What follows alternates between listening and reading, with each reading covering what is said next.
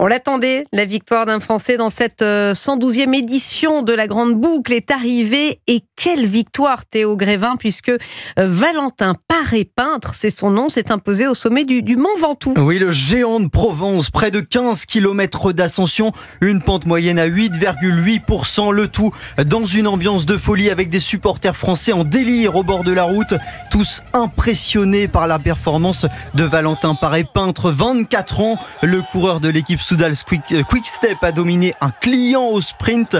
L'Irlandais Ben Healy, 9e au classement général.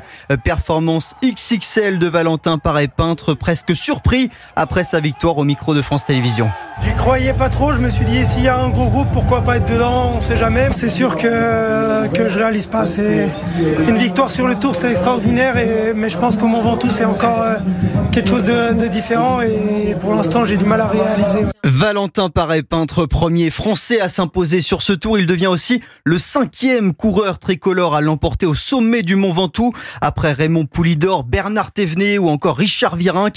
Notez qu'au classement général, Tadej Pogačar a résisté aux attaques de son dauphin Jonas Vingegaard. Il conserve sa confortable avance et son maillot jaune. Demain, 17e étape, le peloton prendra la direction de Valence. Merci Théo Grévin pour cette belle nouvelle française.